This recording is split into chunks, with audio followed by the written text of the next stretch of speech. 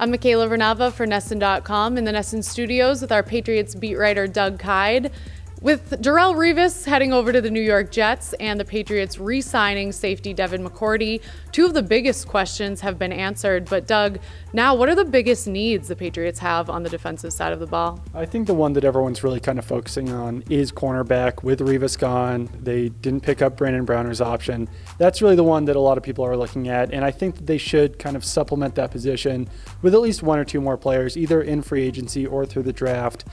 There's not really a clear-cut starter and they're not a clear-cut number one guy, so maybe bring in one of those. Also, defensive tackle with Vince Wilfork signing with the Texans. I think that's a big need. And there are a number of options out there in free agency and the draft, so that's one that's a little bit easier to address. Cornerback, most of the top cornerback options in free agency are gone by now, and when you're drafting a cornerback, you don't really know what he's going to be in year one. So I think that defensive tackle obviously will be easier to address, but those are really the two big ones going into the offseason now. Well, on the other side of the ball, they'll need to replace Shane Vereen, but what else will they need to fill in the offense? I think they still need to improve that offensive line, and that really hasn't been the focus of the offseason so far. Dan Connolly's still a free agent, so they could bring him back, but that's another thing that they might just address through the draft, because you don't really know who's coming back, who's not coming back, what needs they really need to fill, but I think they need one or two guards this offseason, because they did find that offensive line that worked by the end of the season, but it still wasn't as good as it could have been. So